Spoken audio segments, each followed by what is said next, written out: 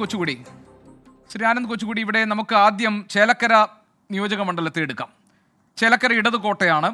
അവിടെ ഈ ഭരണവിരുദ്ധ വികാരം എന്നതിൽ പ്രതീക്ഷ അർപ്പിക്കുകയാണ് UDF. സർക്കാരിൻ്റെ പ്രവർത്തനങ്ങളുടെ വിലയിരുത്തലായി ചേലക്കര മണ്ഡലത്തിലെ തെരഞ്ഞെടുപ്പ് മാറുമോ താങ്കളുടെ നിരീക്ഷണത്തിൽ? രണ്ട്, BJP ഇപ്പോൾ മുനമ്പം പോലെയുള്ള വിഷയങ്ങൾ, അതായത് വഖഫ് വിഷയങ്ങൾ വളരെ സജീവമായി കൊണ്ടുവരുന്നു. ന്യൂനപക്ഷ മോർച്ച പുറത്തിറക്കിയ ഒരു ലഘുലേഖ ഇവിടെ ക്രൈസ്തവ വിഭാഗത്തെ ഒപ്പം നിർത്താൻ വേണ്ടി നടത്തുന്ന ശ്രമമാണെന്ന വ്യാഖ്യാനം ഉണ്ടാകുന്നു. BJP നടത്തുന്ന ഈ നീക്കങ്ങളെ എങ്ങനെ വിലയിരുത്തണം? UDFന്റെ പ്രോസ്പെക്ട്സ് എന്താണ് ചേലക്കരയിൽ?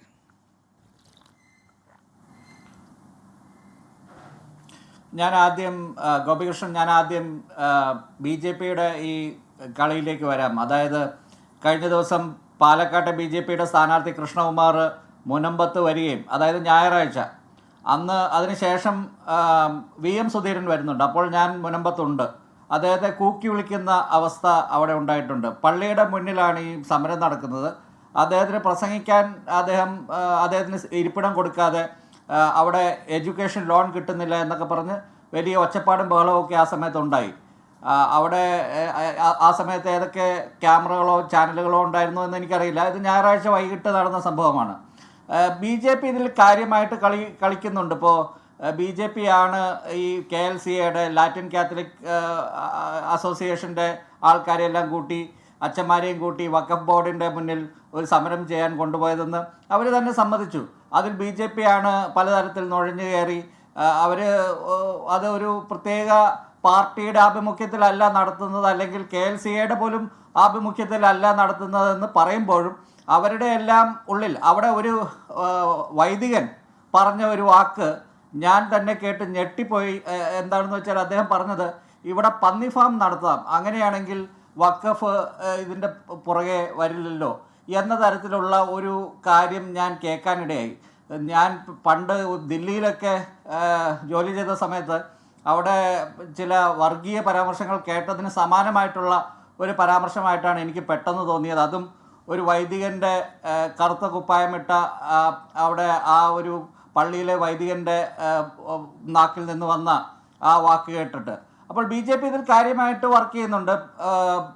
BJP അതിനുശേഷം അടുത്ത ദിവസം പാലക്കാട് ബിഷപ്പിനെ തന്നെ അവിടെ കൊണ്ടുവന്ന് വെറും 5% മാത്രം പാലക്കാട് ക്രൈസ്തവരുള്ളപ്പോൾ BJP ഇതുപോലെയുള്ള പല കാര്യങ്ങളും ഓപ്പറേറ്റ് ചെയ്യുന്നുണ്ട്. ഇപ്പോൾ തൃശ്ശൂർ ഇലക്ഷൻ്റെ സമയത്ത് മാർ ആൻഡ്രൂസ് താഴത്ത് അദ്ദേഹത്തിൻ്റെ മുകളിലുള്ള തട്ടിൽ പിതാവിൻ്റെ പോലും സ്വാധീനത്തിൽ, അല്ലെങ്കിൽ അദ്ദേഹം പറയുന്നത് പോലും കേൾക്കാതെ BJPക്ക് വേണ്ടി പല കാര്യങ്ങൾ ചെയ്തു കൊടുത്തുവെന്ന് ഇലക്ഷന് ശേഷം എനിക്ക് വളരെ വ്യക്തമായി ബോധ്യപ്പെട്ട ഒരാളാണ്. അതിൽ ചില മെത്രാന്മാർക്ക് പോലും അമർഷമുണ്ട്. കത്തോലിക്ക സഭയിലെ, സീറോ മലബാർ സഭയിലെ ചില മെത്രാന്മാർ പോലും ആ കാര്യത്തിൽ അദ്ദേഹത്തോട് അമർഷം അദ്ദേഹത്തിനോട് പ്രകടിപ്പിച്ചിട്ടുണ്ട്. അത് വ്യക്തമായി അറിയാം. മൂന്നാമത്തെ കാര്യം, BJPയുടെ നേതാക്കൾ തന്നെ ഇതുപോലെയുള്ള പല കാര്യങ്ങൾ, ഇപ്പോൾ ഈ ഇവരുടെ ന്യൂനപക്ഷ മോർച്ചയുടെ മറ്റേ ജിജി ജോസഫ്, അവരൊക്കെ കൂടിയാണ് ഇതിൽ പല കാര്യങ്ങളും അവിടെ നടത്തിക്കൊണ്ടിരിക്കുന്നത്. ചേലക്കരയിലേക്ക് വന്നാൽ ചേലക്കരയിൽ യാക്കോബായ സഭയുടെ അംഗങ്ങളാണ് കൂടുതലുള്ളത്.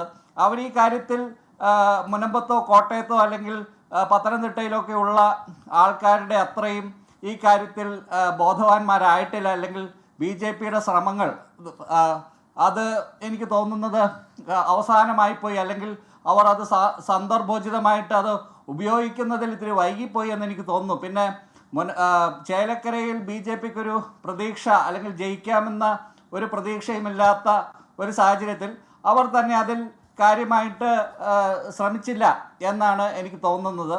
അവിടെ ഈ BJPയുടെ സ്ഥാനാർത്ഥി ഒരു ബാലേട്ടൻ, അദ്ദേഹം കാര്യമായിട്ട് അവിടെ അറിയപ്പെടുന്ന ഒരാൾ പോലുമല്ല. തിരുവല്ലമല പഞ്ചായത്തിലെ ഒരു അംഗമാണ്. ബാക്കി പഞ്ചായത്തുകളിൽ അദ്ദേഹത്തെ പലരും അറിയുന്നില്ല. അദ്ദേഹത്തെ ബ്രാൻഡ് ചെയ്തിട്ടുണ്ട് ഒരു PR സ്ട്രാറ്റജി എന്ന രീതിയിൽ. ചേലക്കരയുടെ ബാലേട്ടൻ എന്ന് പറഞ്ഞ് മുക്കിലും മൂലയിലും ചേലക്കരയിൽ ഇദ്ദേഹത്തിൻ്റെ പോസ്റ്ററും ബാനറും ഒക്കെ വെച്ചിട്ടുണ്ട്. ഇനിയിപ്പോൾ UDFൻ്റെ കാര്യത്തിലേക്ക് വന്നാൽ, UDF അവിടെ പ്രധാനമായിട്ടും ആശ്രയിക്കുന്നത് ഭരണവിരുദ്ധ വികാരത്തെ തന്നെയാണ്. പക്ഷേ അവരവിടെ വർക്ക് ചെയ്തിട്ടുണ്ട്. അവരവിടെ ഒരിക്കലും ചെയ്യാത്ത വിധത്തിൽ 2-3 മാസം മുൻപ് തന്നെ വർക്ക് തുടങ്ങുകയും തൃശ്ശൂർ ലോക്സഭാ തെരഞ്ഞെടുപ്പിലെ തോൽവിക്ക് തോൽവിയിൽ നിന്ന് പാഠം ഉൾക്കൊണ്ട് അവിടെ 5000-6000 വോട്ടർമാരെ ചേർക്കുകയും ഇപ്പോൾ പുതിയ ലിസ്റ്റിൽ ഏകദേശം 10000 പുതിയ വോട്ടർമാരുണ്ട്. അതിൽ കോൺഗ്രസ് ചേർത്ത ആൾക്കാരാണ് 6000-ഓളം, CPM ചേർത്ത ആൾക്കാർ 1000-1500 ഇടയ്ക്കും, BJP ചേർത്ത ആൾക്കാരാണ് ബാക്കിയുള്ളവർ. അപ്പോൾ അതിൻ്റെ അർത്ഥം കോൺഗ്രസ് അവിടെ കൃത്യമായ ഹോംവർക്ക് ചെയ്തിട്ടുണ്ട്. 4 തവണയൊക്കെ വിസിറ്റ് ചെയ്തിട്ടുണ്ട്. കോളനികൾ 497 കോളനികളുണ്ട്, അവിടെയൊക്കെ അവർ കേന്ദ്രീകരിച്ച് പ്രവർത്തിച്ചിട്ടുണ്ട്. ഇപ്പോൾ ഇലക്ഷന് തൊട്ട് മുമ്പ് മാത്യു കുഴൽനാടൻ ഒരു ബോംബ് പൊട്ടിച്ച് ഇവിടെ സംസ്ഥാനത്ത് ചരിത്രത്തിൽ ആദ്യമായി ഒരു പട്ടികജാതി വിഭാഗത്തിൽ നിന്ന് മന്ത്രിയില്ല എന്നുള്ള കാര്യവും അതിന് ഗോവിന്ദൻ മാഷ് ഞങ്ങൾ സ്വത്ത് രാഷ്ട്രീയമല്ല ഫോളോ ചെയ്യുന്നത് എന്ന രീതിയിലുള്ള അദ്ദേഹത്തിൻ്റെ പരാമർശമൊക്കെ അവിടെ തിരിച്ചടിക്കാൻ സാധ്യതയുണ്ട്.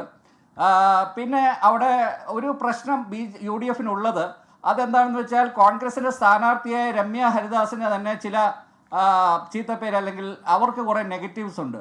അവർക്ക് നല്ലൊരു പേഴ്സണാലിറ്റി ഉണ്ട്. അവർ വോട്ട് ചോദിക്കാൻ ചെല്ലുമ്പോൾ ആൾക്കാർക്ക് ആൾക്കാരെ കയ്യിലെടുക്കാൻ അവർക്ക് പറ്റുന്നുണ്ട് എന്നുള്ളതൊക്കെ ശരിയാണെങ്കിലും അവർ MP ആയി പ്രവർത്തിച്ചപ്പോൾ ചേലക്കരയിൽ അവർക്ക് കാര്യമായിട്ടൊന്നും കൊടുക്കാൻ കഴിഞ്ഞില്ല എന്ന് മാത്രമല്ല പലപ്പോഴും ഫോണിൽ കിട്ടാത്തതും അവർക്ക് മുൻപുണ്ടായിരുന്ന പല നെഗറ്റീവുകൾ അത് കോൺഗ്രസിൻ്റെ ആൾക്കാർ തന്നെയാണ് കൂടുതൽ നമ്മളോട് പറയുന്നത്, അല്ലെങ്കിൽ കോൺഗ്രസിൻ്റെ പ്രവർത്തകർക്ക് തന്നെയാണ് അവരോട് ഏറ്റവും കൂടുതൽ അമർഷം.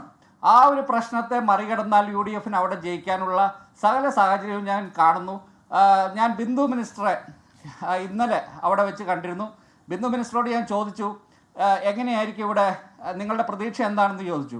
അവർ പറഞ്ഞു കഴിഞ്ഞ തവണത്തേക്കാൾ ഭൂരിപക്ഷം കൂടും. അപ്പം ഞാൻ ചോദിച്ചു രാധാകൃഷ്ണൻ 39,000-ൽ കൂടുതൽ ഭൂരിപക്ഷം, അപ്പോൾ നിങ്ങൾ 40,000-ൽ കൂടുതലുള്ള ഭൂരിപക്ഷമാണോ പറയുന്നതെന്ന് ചോദിച്ചപ്പോൾ അവർ പറഞ്ഞു അല്ല, ലോക്സഭയിലെ കണക്കാണ് ഞാൻ പറഞ്ഞത്.